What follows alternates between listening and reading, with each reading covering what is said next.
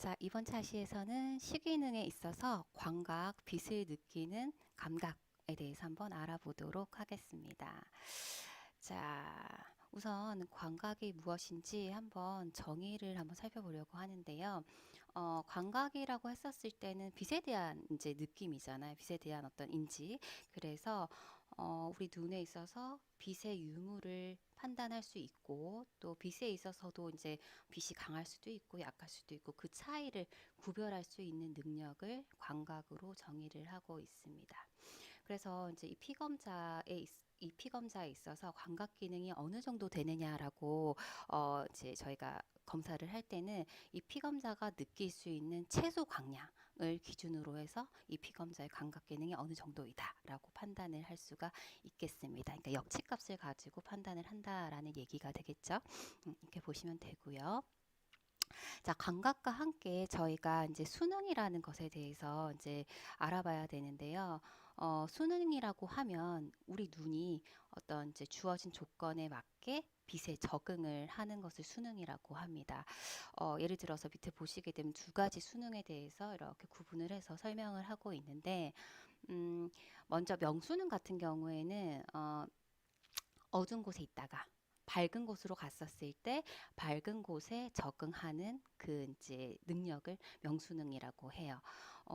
어두운 곳에 있다가 이제 밝은 곳으로 가다 예를 들어서 뭐 영화관에 있다가 영화가 끝나고 나서 이제 밝은 곳으로 이동을 했었을 때 어떠세요, 눈이? 우선적으로? 굉장히 눈부시다 이런 느낌이 있으시죠, 그죠? 그렇지만 처음에 이제 나갔을 때는 일시적으로 굉장히 눈이 부시지만 조금 지나면 괜찮잖아요. 사물이 또 잘 보이고 처음에는 눈부시고 약간 까맣다가 좀 있으면 이제 우리 눈이 적응을 하면서 주변의 사물이 늘 보던 대로 이제 잘 명확하게 잘 볼 텐데 이제 그게 밝은 곳에 우리 눈이 적응을 했다라는 증거죠, 그죠? 그래서 명수능이라고 하면 어두운 곳에 있다가 밝은 곳으로 이동했었을 때 이 밝은 이 조건에서 우리 눈이 적응을 하는 그것을 명수능이라고 하게 됩니다. 포토픽이라고 얘기를 합니다. 자, 그리고 두 번째 암소능이라고 하면 이제 반대죠. 밝은 곳에 있다가 어두운 곳으로 왔을 때 이 어두움에 대해서 우리 눈이 적응하는 것을 암소능이라고 하는데 뭐 이 예는 저희가 이제 자려고 이제 불 끄고 누웠을 때 그 예를 한번 이제 들어봤었을 때 한번 생각해 보세요. 그때 우리 눈이 어떤 이제 느낌을 갖게 되는지. 처음에 밝은 곳에 있다가 자려고 불을 딱 꺼졌을 때는 주변의 사물들이 하나도 보이지가 않을 거예요. 그죠? 근데 잠이 안 와서 이렇게 시간이 이제 뭐 이런저런 생각을 하다가 시간이 지나다 보면 주변의 사물들이 스물스물 보이기 시작을 한단 말이죠. 이렇게 점점 사물의 형태들이 조금 인지가 가능하게 되는 거죠. 당연히 이제 빛이 굉장히 많지는 않기 때문에 정확한 사물의 디테일한 어떤 그런 것들을 인지할 수는 없지만 아웃라인 정도 그리고 주변의 어떤 움직임 정도는 인지를 할 수 있게 됩니다. 즉 그거는 우리 눈이 이제 이 어두움에 대해서 적응을 했다라는 이제 증거가 되는 거죠. 그래서 이렇게 이제 어떤 이제 주어진 조건에 대해서 우리 눈이 수능을 하는 것, 적응을 하는 것을 이렇게 명수능과 암수능으로 구분을 해서 살펴볼 수가 있겠습니다. 자, 그래서 이 명수능, 암수능에 대해서 조금 더 자세히 이제 그 특징에 대해서 살펴보려고 하는데요. 우선적으로 명수능 포토픽에 대해서 한번 살펴보도록 하겠습니다. 자, 명수능 조금 전에 말씀드렸지만 어두운 곳에서 밝은 곳으로 이동했었을 때 우리 눈이 적응하는 현상을 명수능이라고 한다라고 말씀드렸고, 자, 그리고 밝은 곳에 적응을 한다라고 하는 것은 우리 눈에 있어서 그 시세포 중에서 시세포가 이제 추체세포, 관체세포가 있잖아요. 주로 이 명수능 때서는 이제 추체세포의 활동이 활발한 그런 상태예요. 즉 추체세포의 기능이 기억나실까요? 추체세포가 하는 기능이 형태시, 어떤 사물에 있어서 정확한 형태를 인지하는 것, 그리고 색각시, 색깔을 인지할 수 있는 것, 이런 것들이 이 추체세포의 기능이었거든요. 그래서 밝은 곳에서는 이 추체세포의 활동이 활발하다라는 것은 어떤 사물을 정확하게 인지할 수 있고 또 색깔도 정확하게 인지할 수 있고 이제 이런 게 다 가능하다라고 생각을 하시면 되겠습니다. 자, 그래서 밝은 장소에 있으면 우리는 이제 물체의 형체나 색채가 뚜렷하게 보이는데 그것은 이 상황에서는 이제 주체 활동이 이제 활발하기 때문에 그런 것이고 실제 밝은 곳에 나왔을 때는 간체 세포는 활동을 할 수가 없습니다. 왜냐하면 이 밝은 곳에 왔었을 때 이제 간체 세포를 이루고 있는 이 분자 자체가 나누어져 버리기 때문에 그 기능을 할 수가 없어요. 그래서 실제 밝은 곳으로 왔었을 때 일시적으로 까맣게 보이는 게 간체 세포가 완전히 이제 활동을 중지하면서 일시적으로 까맣게 보였다가 다시금 주체 세포가 활동을 하면서 주변에 있는 사물들이 보이기 시작하는 거거든요. 그래서 이때는 이제 이런 식으로 주체 세포가 이제 활동을 활발하게 이제 진행을 하게 된다. 이렇게 보시면 되고, 그리고 저희가 이제 밝은 곳으로 나왔을 때 일시적으로 이렇게 좀 뭐 굉장히 눈부시고 안 보이더라도 금방 이제 보이기 시작하잖아요. 그죠? 그리고 뒤에 살펴볼 이제 암수능 같은 경우에 어두운 곳에 들어갔을 때는 상대적으로 시간이 좀 흘러야지 어두운 그 상황에서 주변의 사물들이 좀 보이기 시작을 합니다. 그래서 비교를 해봤을 때 명수능은 굉장히 빨리 우리 눈이 적응을 해요. 밝은 곳에서. 근데 상대적으로 암수능 같은 경우에 좀 오랜 시간이 필요하거든요. 자, 그래서 명수능 같은 경우에는 3, 40초에서 길게는 1분 안에 이제 명수능이 이제 완료가 된다. 이렇게 보시면 되겠습니다. 자, 그리고 이렇게 밝은 조도하에서 이제 빛이 이렇게 밝은 이런 상태에서는 우리 이제가 이렇게 볼 수 있는 태양광에 있어서의 영역대, 가시광선 영역대에 있어서 이 555 나노메타 지금 보시게 되면은 요점 되거든요. 요때 색깔이 이제 황록색 요 정도가 되겠죠. 이 색깔을 가장 밝게 인지를 하게 됩니다. 그러니까 좀 조도가 많을 때는 빛이 많을 때는요. 요 이제 장파장 계열에 대해서 조금 더 밝게 느껴요. 상대적으로 이제 어두워지게 되면은 요 단파장 파란 색깔, 보라 색깔 계열이 조금 더 밝게 이제 우리 눈이 이제 인지를 하게 되거든요. 시감도가 요런 식으로 이 파장대에 있어서 효율 비율이 조금씩 다르게 나타납니다. 그래서 밝을 때는 녹황색에 대해서 가장 민감하게, 어두울 때는 청록색, 파란색 계열에서 가장 민감하게 이렇게 이제 이렇게 우리 눈이 느껴지는 시감도가 이렇게 변하는 현상 자체를 푸르킨의 현상이라고 또 부릅니다. 그래서 이 밝기에 따라서도 시감도가 좀 달라진다. 이것도 참고로 기억을 해주시면 되겠습니다. 자, 그러면 명수능에서 살펴봤고요. 자, 그러면 두 번째로 암수능에 대해서도 한번 살펴보도록 하겠습니다. 자, 다음으로 암수능에 대해서 살펴보도록 하겠습니다. 스코토픽 암수능인데요. 암수능 같은 경우에는 밝은 곳에 있다가 어두운 곳으로 이동했었을 때 이 어두움에 대해서 적응하는 현상이라고 이제 말씀을 드렸습니다. 그러니까 암수능 상태, 이 어두운 상태에서는 우리 눈에 있어서 시세포 중에서 간체 세포의 활동이 활발한 그런 이제 상태이거든요. 그러면은 간체세포의 기능을 한번 떠올려 보시게 되면은 간체세포 같은 경우에는 어떤 사물을 뭐 정확하게 인지한다 이건 안 되죠. 색깔을 인지한다 이런 건 안 됩니다. 근데 어떤 그 동적인 움직임이라든지 그러니까 아웃라인 정도의 어떤 이제 형태시라든지 이런 것들은 이제 가능하죠. 특히 간체세포의 분포를 보게 되면 저희 망막에 있어서 망막 중심 기준 20도 부근에 가장 많고 거기서부터 서서히 이렇게 이제 분포를 하고 있죠. 이제 주변부로 쭉 이렇게 많이 분포를 하고 있잖아요. 실제적으로 추체세포보다도 이제 그 개수는 훨씬 더 많아요. 그래서 간체세포의 활동이 활발하다라는 것은 주변시가 훨씬 더 좋아진다라고 이해를 하시면 되세요. 그래서 어두운 상황에서는 주변의 어떤 움직임이라든지 이런 것의 인지가 훨씬 더 민감하게 느껴질 수 있다. 이렇게 생각을 하시면 되겠습니다. 자, 근데 이 암수능 같은 경우에는 오직 간체 세포만 활동을 하는 건 아니고요. 암수능을 이 어두운 상황에 적응하는 이 이제 그 암수능 곡선을 한번 살펴보시게 되면은 지금 이게 이제 보고 계신 게 정상인의 암수능 곡선을 나타낸 그런 이제 모습인데요. 어두운 곳에 들어왔었을 때 우선은 이제 추체 세포가 이 어두움에 대해서 수능을 적응을 하게 됩니다. 그리고 2차적으로 이 간체 세포가 이제 적응을 하게 되거든요. 왜냐하면은 밝은 곳에서는 이 간체 세포가 분해가 일어나요. 간체세포의 그 광분자 색소가 분해가 일어나기 때문에 밝은 곳에서는 이 간체세포가 전혀 활동을 할 수가 없는 상태인데, 밝은 곳에 있다가 어두운 곳으로 들어오게 되면은 일단 이 분해됐던 게 합성될 때까지 시간이 필요한 거죠. 그래서 이제 우선적으로 바로 이 간체세포가 활동할 수는 없고, 합성이 충분히 이루어지고 난 후부터 간체세포의 활동이 이제 나타나게 되는 거예요. 그래서 어두운 곳으로 들어왔다라고 했었을 때는 우선적으로 추체세포가 이제 활동을 하고, 어느 정도 시간이 경과한 후부터, 간체세포가 충분히 합성된 이후부터 10분 이후서부터 이제 간체세포가 주로 활동을 한다. 이렇게 이해를 하시면 되겠습니다.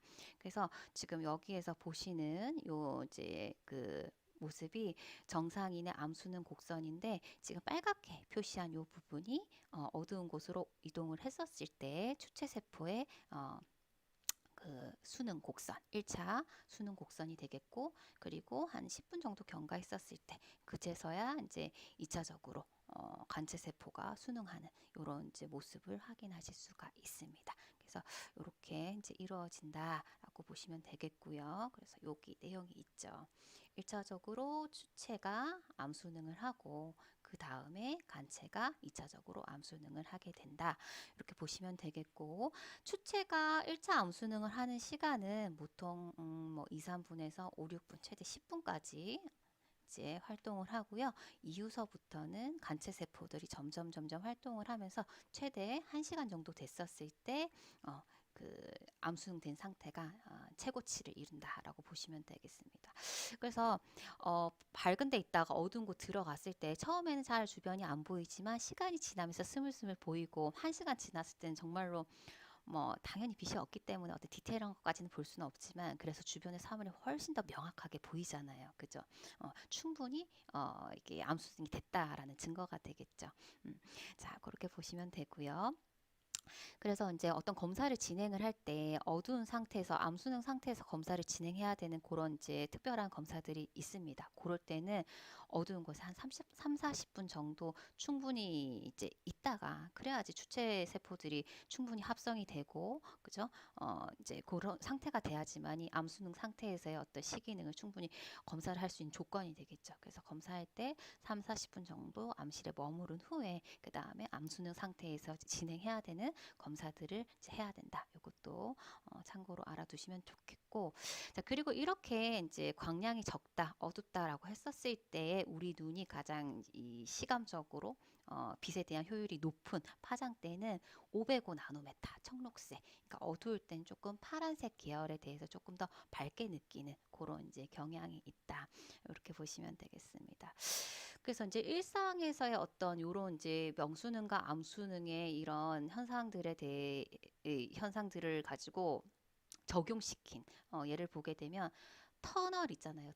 터널도 이제 들어가게 되면 안에 다 이제 조명들이 이렇게 있는데, 들어가는 입구에서의 조명은 비교적 되게 밝고, 중간쯤 들어갔을 때는 점점 조명이 좀 어두워지고, 다시 이제 나갈 때 터널을 통과해서 나가는 이제 끝 지점에서는 다시 또 조명이 굉장히 좀 밝거든요.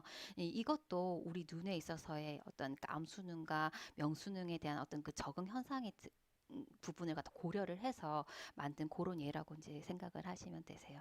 혹시 뭐 보시 뭐 여태까지 유심히 보신 적이 없다라고 하면 한번 지나가시면서 한번 살펴보시면 그렇게 조명도 약간의 차이를 두고 이렇게 불이 있는 것을 확인하실 수가 있을 겁니다.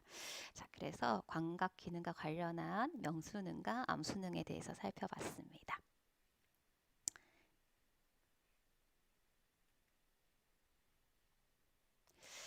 자, 그러면 이 광각과 관련을 해서 광각에 어떤 문제가 생기는 광각 이상에 대해서 살펴보려고 하는데요. 이 광각 이상 같은 경우에는 크게 이제 선천적인 원인에 의해서 발생을 할 수도 있고, 또 후천적인 원인에 의해서 발생할 수도 있죠. 크게는 선천성이냐, 후천성이냐, 이렇게 이제 크게 이제 발생되는 이제 그 시기에 따라서 구분을 해볼 수가 있는데, 대부분이 선천적인 원인에 의해서 발생이 되고, 선천적인 원인 같은 경우에는 당연히 치료가 되지 않아요. 치료가 불가하고, 불가하고 주로 이제 양안으로 발생을 하죠. 양안으로 발생을 합니다. 근데 이제 후천적인 요인에 의해서 발생을 했다라고 하면 어떤 사고라든지 아니면은 어떤 뭐 알코올이나 마약 같은 중독에 의해서 이제 발생이 될 수가 있는데 그런 경우에는 원인 되는 이제 질환을 치료를 하면 되기 때문에 치료가 가능하죠. 치료가 가능하고 발생될 때도 단안으로 발생할 수도 있고 양안으로 발생할 수도 있습니다. 기본적으로 이제 요런데 주로 발생되는 이제 형태는 이제 선천적인 원인에 의해서 발생이 됩니다. 자, 그리고요, 이제 이 감각 이상을 이제 살펴볼 때는 크게 두 가지로 또 구분을 해서 살펴볼 수가 있는데, 야맹, 그리고 주맹, 이렇게 이제 살펴볼 수가 있습니다. 빛이 없는 경우와 빛이 있을 때 눈의 상태를 구분을 해서 살펴볼 수가 있는데, 야맹이라고 하면은 밤눈이 어두운 거죠. 밤에 시력이 급격하게 떨어지는 거예요. 낮에 생활할 때는 아무 문제가 없는데, 이렇게 조도가 낮은 이제 어두운 상태에서 시력이 급격하게 떨어져서 이제 문제가 되는 그런 경우가 야맹이 되겠습니다.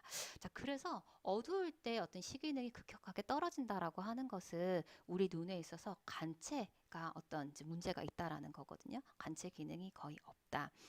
라고 보시면 되는데 이런 경우가 어떤 경우들이 있느냐라고 보게 되면은 여기서도 선천성의 원인과 후천적 원인으로 이제 구분을 해서 살펴보게 되면 먼저 선천적 원인으로는 이제 첫 번째로 특발성 야맹이라는 게 있어요. 이제 특발성 야맹 같은 경우에는 아직까지 이제 원인이 뭔지 정확하게 알 수는 없는데 이런 경우에 나타나게 되는 증상이 당연히 이제 어두운 곳에서 시력이 급격하게 떨어져서 생활을 할 수 없는 것은 당연하고요. 왜냐하면은 간체가 완전히 이제 없기 때문에 간체가 하게 되는 어두운 곳에서의 어떤 암수는 불가하다라는 얘기죠. 그렇고 근데 특이한 게 뭐냐면은 이 특발성 야맹 같은 경우에는 생명까지도 추체의 어떤 일부 기능까지도 결여가 있다라는 부분이 조금 이제 특이한 사항이 되겠습니다. 굉장히 힘들겠죠, 그죠? 자, 이런 경우가 있고요. 자, 두 번째로 망막 색소 변성증이라는 것이 있는데 이 망막 색소 변성증 같은 경우에는 망막에 색소가 점차적으로 쌓이면서 망막에 있는 시세포들이 점점 소실되는 거예요. 없어지는 거예요. 소실될 때 먼저 간체 세포들이 점점 없어지고 후에는 추체 세포가 이제 없어지는 식으로 진행성으로 이렇게 이제 이렇게 되는데 그래서 처음에 이제 간체 세포들이 없어진다라고 했잖아요. 그래서 간체 세포들이 없어지게 되면 간체 기능이 없어지는 거죠. 그러면 우선적으로 느껴지는 게 간체가 하게 되는 어두운 곳에서의 어떤 암 수능이 불가하기 때문에 야맹이 이제 우선적으로 발생이 되는 거죠. 밤눈이 굉장히 떨어지고 그 다음에 점점 주변에 간체가 많이 분포를 했는데 이것들이 점차 없어지다 보니까 시야도 점점 좁아지는 거예요. 좁아지다가 나중에는 추체까지도 이제 소실이 되기 때문에 중심시까지 이제 이어져서 실명으로 이어지는 굉장히 좀 무서운 진행성 질환이다라고 보시면 되겠습니다. 자, 그래서 이제 이 망막 색소 변성증은 이제 뭐 태어났었을 땐 당장 모르다가 이제 어느 정도 컸었을 때 이게 나타나면서 진행성으로 이렇게 진행이 되다 보니까 뭐 어떤 자각적인 증상도 있지만 뭔가 의심이 된다라고 했었을 때 망막에 나타나는 소견을 보고 그 진행 상태를 또 확인해 볼 수도 있거든요. 그래서 이제 확인해 봤을 때 적도 주변에 뼈다귀 모양으로 그 정맥을 따라 가지고 이런 것들이 좀 나타나게 됩니다. 그래서 이렇게 확인하면서 그 진행 정도를 또 확인을 해볼 수가 있고요. 또 이제 대표적인 이제 야맹을 발생시키는 질환을 선천성 질환으로 오구치병이라고 하는 것이 있는데 이것도 이제 그 열성 유전으로 에 의해서 이제 발생이 되는 거고 소구병이라고 해서 몸도 작고 안구도 굉장히 작고 이런 특징을 가지고 있습니다. 이때에도 야맹을 동반을 하게 된다라고 보시면 되겠습니다. 그래서 대표적인 선천성 질환이 되겠고요. 야맹을 발생시킨 야맹 증상이 나타나는 선천성 질환이다라고 보시면 되겠고, 자, 두 번째 후천성 질환. 이 후천성 질환에는 앞서서도 이제 저희가 살펴봤다시피 비타민 A 영양소가 굉장히 우리 눈에 있어서 그 시세포 세포를 갖다가 만드는 데서 굉장히 중요한 영양소잖아요. 특히나 이 간체 기능을 갖다가 활발하게 해주는 데는 이 비타민 A가 결핍이 돼서는 안 되는데 이 이제 비타민 A가 결핍이 됐다라고 해도 이 로놉신의 생성이 힘들겠죠, 그죠? 그래서 이런 경우에도 야맹이 나타날 수가 있겠고, 그리고 그거 외에 뭐 녹내장이라든지 시신경 위축이라든지 이런 것 같은 경우에는 이제 뒤쪽으로 망막 쪽으로 어떤지 자극이 가해질 수가 있어서 시세포에 어떤지 문제를 유발시킬 수 있는 그런 부분들입니다. 그래서 이런 경우도 야맹을 유발시킬 수가 있겠다라고 보시면 되겠습니다. 자, 그래서 야맹과 관련한 그런 이제 질환들을 살펴봤고요. 자, 그 다음에 주맹인데요. 주맹은 이제 반대죠. 어두울 땐 오히려 보기 편하고 잘 보여요. 근데 밝은 데에서 잘 안 보이는 거죠. 자, 그러면 주맹이다. 밝은 곳에서 잘 안 보인다라고 하는 것은 밝을 때 활동하는 추체세포에 어떤 이상이 있다라고 생각을 하시면 됩니다. 자, 그래서 추체세포의 이제 기능 결여. 그러면 추체세포가 하는 사물을 정확하게 인지하는 형태시 안 될 거고, 색각시도 이제 힘들 거고, 이런 문제점들이 이제 동반이 되겠죠. 자, 그래서 주맹이라고 했었을 때는 명수능이 불량한 상태, 밝은 곳에서 수능하는 우리 눈의 기능이 이제 불량한 상태를 이야기를 하고요. 그 대표적인 예로 전생맹이 있습니다. 전생맹이라고 하는 것은 우리 눈에 이제 추체세포에 있어서 색깔을 감지하는 그 시세포가 총 세 가지가 있어요. RGB, 빨강 색깔, 그리고 녹색, 파란색 이렇게 인지하게 되는 그 시세포 세 가지가 있는데 이 세 가지가 나중에 이렇게 합성을 하면서 여러 가지 색들을 다 인지를 하게 되는데 이 세 가지가 모두 다 결여가 된 거예요. 그러면은 이 추체세포가 완전히 이제 결여가 됐기 때문에 당연히 시력도 안 좋을 거고요. 그죠? 그리고 색깔 인지도 불가한 그런 상태가 되겠습니다. 자, 그래서 이 전생맹의 특징을 잠깐 이제 추가적으로 설명을 드리게 되면은 추체세포의 기능이 결여가 된 상태이기 때문에 추체세포의 기능, 그러니까 추체는 밝은 곳에서 수능을 하는데 수능하지 못한다. 그러면은 계속 눈부신 거죠. 추체세포가 이제 활발하게 활동을 해야 밝은 곳에서 적응을 하고 눈부심이 없어질 텐데 그게 안 되기 때문에 계속적으로 눈이 부신 거예요. 그래서 전생맹을 가지고 있는 사람 같은 경우에는 눈부심이 굉장히 심하고요.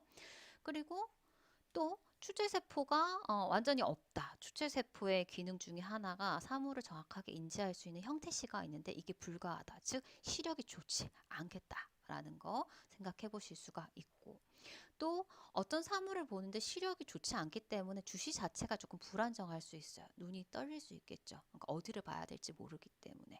그래서 안구진탁, 눈떨림이 또 동반이 될 수가 있겠습니다.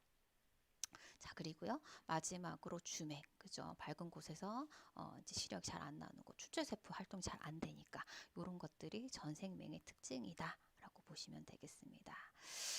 자, 그리고요. 또 주맹의 증상에 나타날 수 있는 예가 어떤 경우냐라고 하면은 각막이나 수정체의 동공중앙부에 혼탁이 있는 경우가 되겠는데 이런 경우는 어떤 경우냐 하면 각막이나 수정체는 우리 눈에 있어서 렌즈계에 해당이 되잖아요. 이제 빛이 왔었을 때 여기서 잘 굴절을 해서 망막에 결상을 해야지만이 우리가 선명한 상을 인지를 할 수가 있는 건데 밝은 곳에서 동공이 축동을 하는데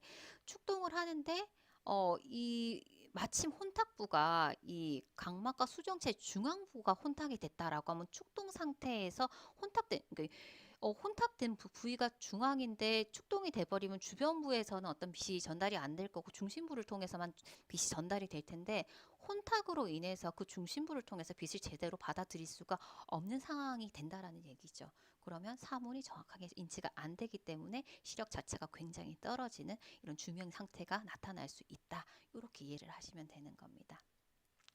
자, 마찬가지로 백내장 초기에 이렇게 혼탁이 나타날 수가 있는데 이제 그게 마침 이제 동공 중앙부에 해당되는 그 부분에 혼탁이 있다라고 하면 마찬가지로 이제 주맹이 나타날 수가 있겠죠.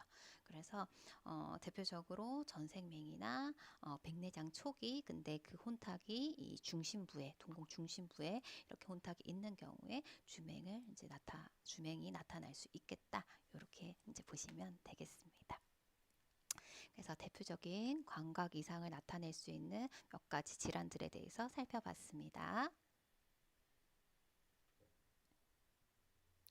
자, 마지막으로 광각장애 이상 판별의 용이한 검사, 광각장애가 있나 없나를 판별하기 위해서 이제 이용하게 되는 몇 가지 검사법에 대해서 소개를 해드리겠습니다.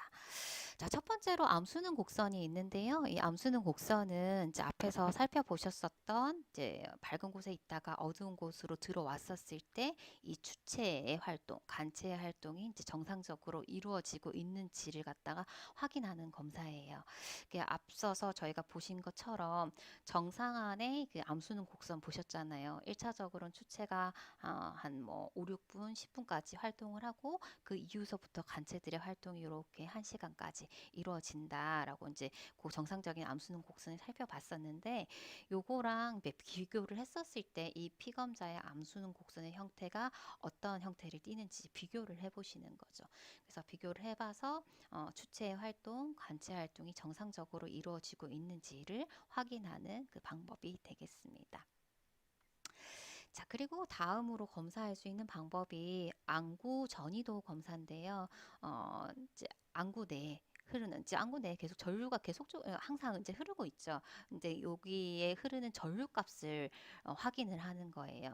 그래서 그 이제 명소시 때 명수능 상태에서 그리고 암수능 상태에서 각각 이 안구 내부에 흐르고 있는 전류 값을 확인을 함으로써 정상 안에 그 안구 전이도 값이랑 비교를 해보는 거죠. 그래서 이때 값을 가지고 마찬가지로 추체의 활동, 간체의 활동이 정상적으로 이루어지고 있는지를 판단을 하게 됩니다. 그 검사가 안구 전이도 검사가 되겠고요.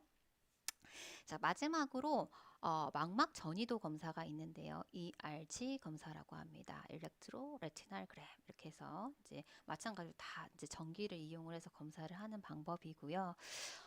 망막 전이도 검사 같은 경우에는 광자극을 줬었을 때 이 광자극에 대해서 C세포하고 그리고 신경세포에서 이제 발생하는 그 유발 전이 값을 확인을 하는 방법이에요.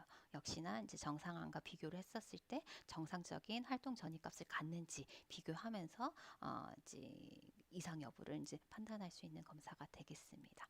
그래서 광각장애 이상 판별에 이용할 수 있는 검사 방법으로 이제 대표적으로 세 가지 암수능 곡선 그리고 안구 전이도 검사 EOG 검사 그리고 망막 전이도 검사 ERG 검사 세 가지 있다 이렇게 좀 기억을 해주시면 감사하겠습니다.